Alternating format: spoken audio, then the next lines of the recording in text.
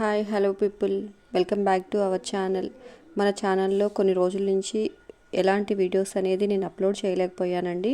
Some reasons వల్ల. ఇంక నుంచి మన ఛానల్లో ప్రతిరోజు 12 గంటలకి ప్రతిరోజు ఒక వీడియో రిలీజ్ అవుతుందండి. అంతకు ముందులాగేను మన ఛానల్ని సపోర్ట్ చేస్తారని చెప్పేసి ఆశిస్తున్నాను. మన స్వప్న సుందరి ఎక్కడుంది? మన శివ ఏం చేస్తున్నాడు? అంతకుముందు స్టోరీ మీకు ఏమైనా గుర్తుందా? గుర్తులేకపోతే మన ఛానల్లోకి వెళ్ళేసి మళ్ళొకసారి రివైండ్ చేసుకొని చూడండి. ఓకే, ఇంకా మన శివ శక్తి ఏం చేస్తున్నారో స్టోరీలోకి వెళ్ళి చూద్దామా? నువ్వు చేస్తావా అని అడిగాడు అందులో ఒకడు ఆశ్చర్యంగా. హా, నేనే చేస్తాను అని అన్నాడు గిరీష్ పౌరుషంగా. వద్దురా బాబు, వాడు పైపైన గుద్దితేనే హాస్పిటల్లో పడ్డావు. ఇప్పుడు ఏమన్నా చేశావనుకో, వాడి సంగతి మాకంటే నీకే బాగా తెలుసు కదా అని అన్నాడు. ఆ మాటలకి గిరీష్లోని జంతువు నిద్రలేచింది. మందు సీసాని పగలగొట్టి వాడి గొంతు దగ్గర పెట్టి, బేవర్స్ నా కొడక, నా మందు తాగి నా బిర్యానీ తిని వాడిని తోపంటావురా? వాడు గుద్దిన విషయాన్ని మర్చిపోవటానికి ప్రయత్నిస్తుంటే మళ్ళీ అదే గుర్తు చేస్తావా నిన్ను అని గొంతులోకి దించేయబోయాడు. ఇంతలో మిగిలిన వాళ్ళు అడ్డుపడి గిరీష్ని పక్కకు లాగారు. వాడు వెంటనే అక్కడి నుంచి లేచి, తప్పేమన్నాన్రా, వాడెటూ తోపే, వాడిని మీరేం పీకలేరు కానీ అన్నీ మూసుకొని కూర్చోండి అని అక్కడి నుంచి పారిపోయాడు. గిరీష్ వెంటబడిపోతుంటే మిగిలిన వాళ్ళు ఆపి, అబ్బా పోనీరా, వాడేదో తాగి వాగుతున్నాడు అని నచ్చజెప్పారు. వాడేమీ మందెక్కువై వాగలేదు, కావాలనే అన్నాడు. ఆ శివగాడి వల్ల నా ఫ్రెండ్స్ దగ్గర నా ఇమేజ్ అంతా డ్యామేజ్ అయిపోయింది.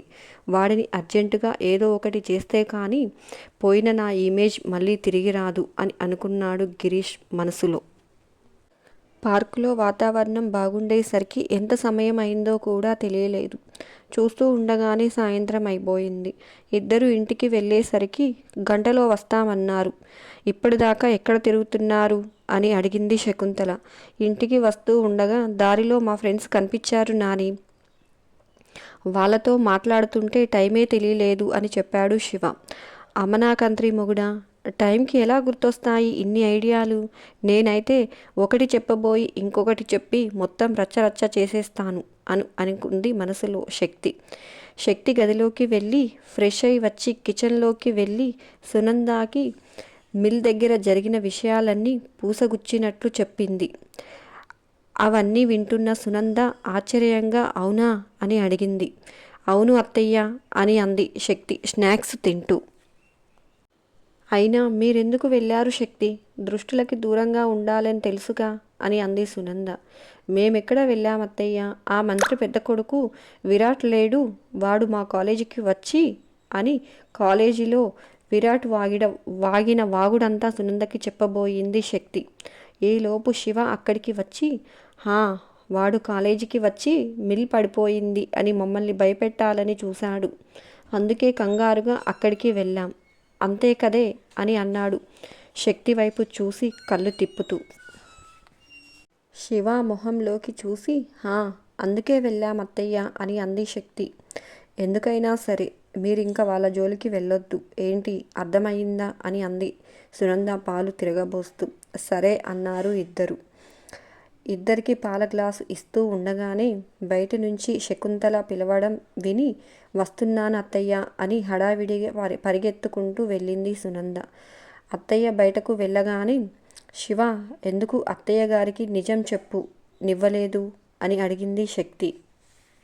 ఉష్ అని నోటి మీద వేలు వేశాడు శివ.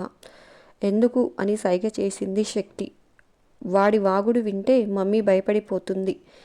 నానికి తెలిస్తే పెద్ద యుద్ధం జరుగుతుంది. అవసరమా ఈ టైంలో? మన వల్ల మన వాళ్ళకి ఇబ్బంది రాకూడదు కదే అని అన్నాడు శివ. శివ చెప్పింది విన్న తర్వాత నిజమే అనిపించింది శక్తికి. రోజులు గడుస్తున్నాయి. అంతా చాలా నార్మల్గా సాగిపోతూ ఉంది. కాలేజ్ నుంచి ఇంటికి వచ్చి బుక్స్ ముందేసుకొని కూర్చొని పెన్ నోట్లో పెట్టుకొని తిప్పుతూ తెగ ఆలోచిస్తుంది శక్తి. అది చూసిన శివ నెత్తి మీద ఒక్కటి వేశాడు. హౌ అని కొట్టిన చోట రుద్దుకుంటూ, చెయ్యి దురదా, అలా కొట్టావు అని అంది శక్తి. లేకపోతే ఏంటి, అరగంట నుంచి ఆ పెన్ని చీకేస్తున్నావు, ఆకలేస్తే ఏమైనా తినొచ్చు కదా అని అన్నాడు శివ. హెహెహే జోకా, కానీ నవ్వు రాలేదు అని అంది శక్తి. అది జోకా అంటూ మళ్ళీ చెయ్యెత్తాడు శివ. శక్తి శివ చెయ్యి పట్టుకొని, బాబు ఇది చెయ్యి కాదు, విశాఖ హుక్కు కడ్డి. అత్తయ్య నిన్ను కడుపులో ఉన్నప్పుడు ఏం తిందో కానీ నా ప్రాణానికి ఐరన్ మ్యాన్ని కనింది అని అంది శక్తి. నో, నేను ఐరన్ మ్యాన్ని కాదు, శక్తి మ్యాన్ అని అన్నాడు శివ నవ్వుతూ. ఆ మాట వినగానే శక్తి కూడా నవ్వు ఆగలేదు. హా బంగారం, నువ్వు నా సూపర్ మ్యాన్వి అని అంది శివ రెండు బుగ్గలు లాగదీస్తూ. అది సరే కానీ ఏంటి అంతలా చించేస్తున్నావు అని అడిగాడు శివ. ఏం చెప్పను శివ, ఈ మ్యాథమెటిక్స్ ప్రాబ్లమ్స్ అర్థం కావడం లేదు అని అంది శక్తి శివ భుజం మీద వాలి. అర్థం కాకపోతే నీ జీనియస్ మొగుడిని అడగొచ్చు కదే, నువ్వు నీ ఓవర్ యాక్షన్ కాకపోతే అని అన్నాడు శివ. భుజం మీద వాలిన శక్తి చటుక్కున లేచి, కదా, అస్సలు నాకు ఆ ఆలోచనే రాలేదు శివ అని తన తల మీద తనే 2 దెబ్బలు వేసుకుంటుంది. మళ్ళీ వేసుకోబోతుంటే శివ చేయి పట్టుకొని, ఇంక చాలే అని, ఏది బుక్ ఇవ్వు అని అన్నాడు. శక్తి బుక్ ఇచ్చి చూపించింది. శివ 2 నిమిషాలు చూసి శక్తికి అర్థమయ్యేలా ఎక్స్ప్లెయిన్ చేశాడు. ఒకదాని తర్వాత ఒకటి వింటూనే శివ మీద పడి నిద్రపోయింది శక్తి. శివ బుక్స్ అన్నీ పక్కకు సర్ది శక్తిని ఒడిలోకి తీసుకున్నాడు. చెంప మీద చెయ్యి వేసి, రాక్షసి, మెలకువగా ఉంటే నిమిషానికి 100 మాటలు మాట్లాడుతుంది. నిద్రలో చూడు ఎంత ప్రశాంతంగా ఉందో. చందమామే అంటూ ముద్దుగా దగ్గరకు తీసుకుని గుండెలకు హత్తుకున్నాడు. ఇంకో 2 ఏళ్లలో నాకు సేమ్ నీలాగే ఉండే పాపని ఇవ్వవే. పోలికలు నీవే, యాక్షన్ పార్ట్ నాది, ఓకేనా? నేనైతే నా బంగారానికి పేరు కూడా సెలెక్ట్ చేసుకున్నాను. ఆ పేరంటే నాకు చాలా ఇష్టం. ఎందుకు అని అడగకు, ఎందుకంటే నాకు కూడా తెలియదు అంటూ దిండు మీద పడుకోబెట్టి తను కూడా పక్కకు పడుకొని శక్తి వైపే చూస్తూ దగ్గరకు లాక్కొని ముద్దు పెట్టుకున్నాడు. హౌ, మీసాలు గుచ్చుకుంటున్నాయి శివ అని అంది శక్తి. ఓయ్ రాక్షసి, మెలకువగానే ఉన్నావా అని అడిగాడు శివ. లేదు, నిద్రపోయాను అని అంది శక్తి. హాహా, అవునా అంటూ నిన్ను అని శక్తి మీద పడ్డాడు శివ. కళ్ళు తెరిచి మెలకువగానే ఉన్నాను, లేకపోతే ఏంటి శివ, బుక్ అంతా ఒక్కరోజే ఎక్స్ప్లెయిన్ చేస్తే నా బుర్రలోకి వెళ్ళాలి కదా. ఓ చెప్తూనే ఉన్నావు, మెలకువగా ఉంటే వినట్లేదని కొడతావు, అందుకే నిద్రపోయినట్లు కళ్ళు మూసుకున్నాను అని చెప్పింది శక్తి. వామ్మో, రేపు నా పిల్లలకి నీ తెలివితేటలు వస్తే నా పని వాళ్ళ పని గోవింద గోవింద అని అన్నాడు శివ. శక్తి నవ్వుతూ శివని ఒక్కటి వేసి తర్వాత శివ మెడ చుట్టూ చేతులు వేసి, శివ, మన పాప పేరేమని సెలెక్ట్ చేశావు అని అడిగింది.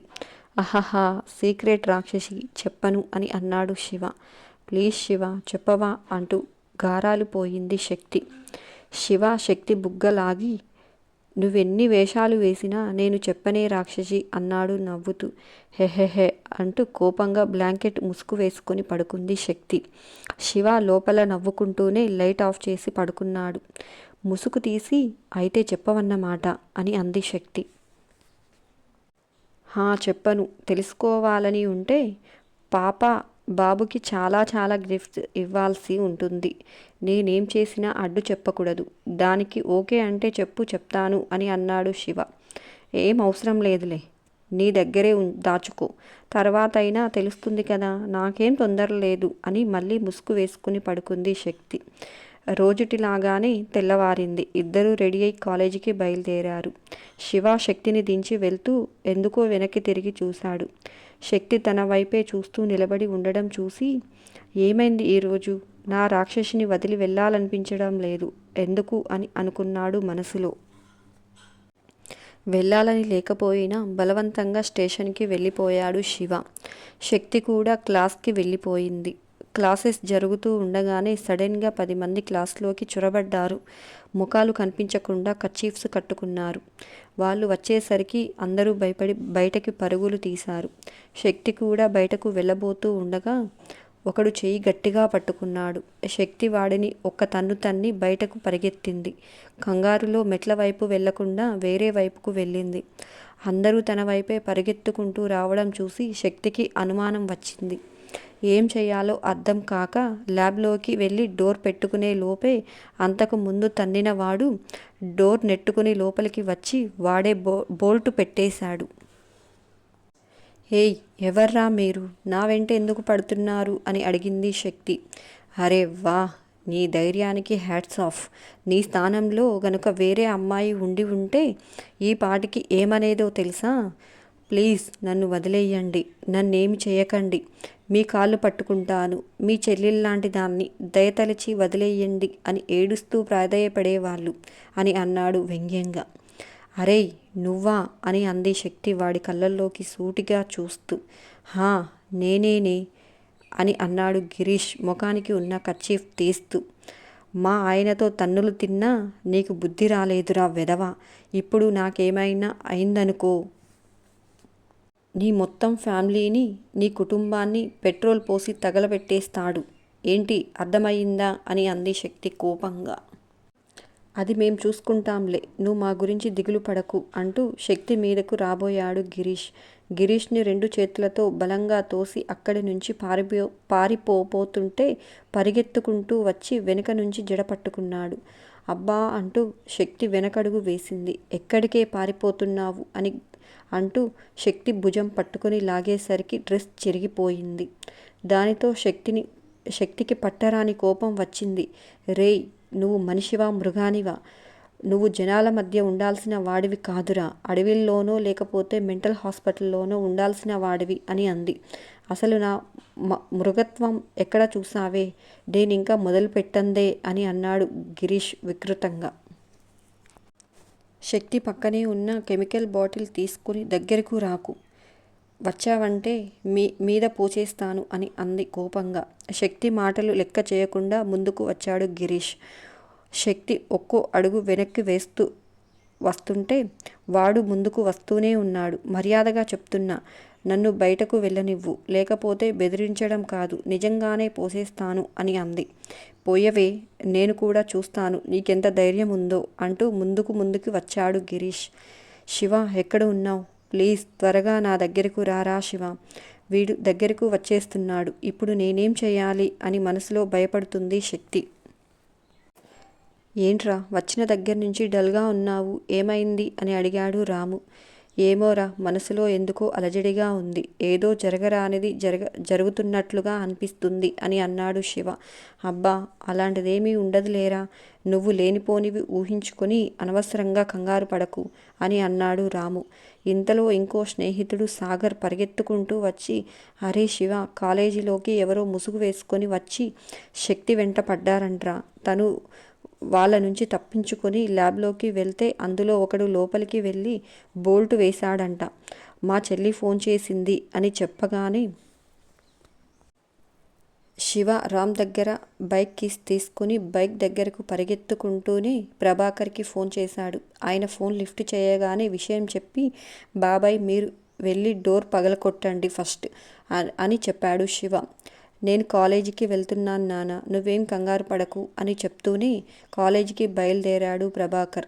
కంగారు పడకుండా ఎలా ఉంటాను బాబాయ్, అది నా ప్రాణం అనుకుని పొద్దున్న వెనక్కి తిరిగి చూసినప్పుడు ఉన్న శక్తి మొహం కళ్ళ ముందుకు రాగానే, చా, నిన్ను వదిలి వెళ్ళేటప్పుడే నా మనసులో వెళ్ళొద్దు అని చెప్పిందే రాక్షసి, నేనే వినిపించుకోలేదు, ఐఆమ్ సో సారీ, నువ్వు భయపడకే, నేను వచ్చేస్తున్నాను అని పోలీసులకు ఫోన్ చేశాడు శివ.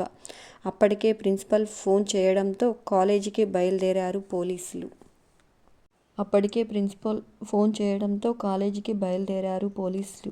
శక్తి చేతిలో బాటిల్ వనకడం చూసి గిరీష్ వెకిలిగా నవ్వుతూ, ఇప్పటిదాకా పెద్ద పెద్ద డైలాగులు చెప్పావుగా, అవన్నీ పై బడాయి మాటలే కదా, అసలు వాస్తవం ఇది చూడు అంటూ వణుకుతున్న చేతిని చూపించాడు గిరీష్. శక్తి కుడి చేతిని ఎడం చేత్తో గట్టిగా పట్టుకొని, నా చెయ్యి వనకడం ఆగి ఇది నీ మీద వచ్చి పడడం ఎక్కువ సమయం పట్టదు, సో నా మాటల్ని తేలిగ్గా తీసుకోకు, నా ఓర్పు నశించింది అనుకో, ఇంక నిన్ను ఎవరు కాపాడలేరు. అని అంది శక్తి లేని ధైర్యాన్ని కూడా తీసుకుంటూ. చింత చచ్చినా పులుపు చావలేదే, అడుగు దూరంలో ఉన్నావు, చంపినా కాపాడే దిక్కు లేదు, అయినా ఎంత పొగరో చూడు అని అన్నాడు గిరీష్. నీ బాబు మినిస్టర్ అయితే నీకు జనాన్ని చంపడానికి లైసెన్స్ ఇచ్చాడా అని అడిగింది శక్తి కోపంగా. హా అవును, నేనేం చేసినా 2 రోజుల్లో ఇంట్లో ఉంటాను, అది నా పవర్ అంటూ ముందుకు వచ్చాడు. దగ్గరికి రావద్దు అని అన్నానా అని అంది శక్తి సొల్యూషన్ పై మూత ఓపెన్ చేస్తుంది కోపంగా. నెక్స్ట్ పార్ట్ కోసం ఎదురు చూస్తూ ఉండండి. అంతకు ముందులాగే మన ఛానల్ని ఆదరిస్తారని చెప్పేసి మనస్ఫూర్తిగా కోరుకుంటున్నాను. ఇక నుంచి రెగ్యులర్గా వీడియోస్ని అప్లోడ్ చేయడానికి ప్రయత్నిస్తాను. Thank you for watching. Bye bye friends.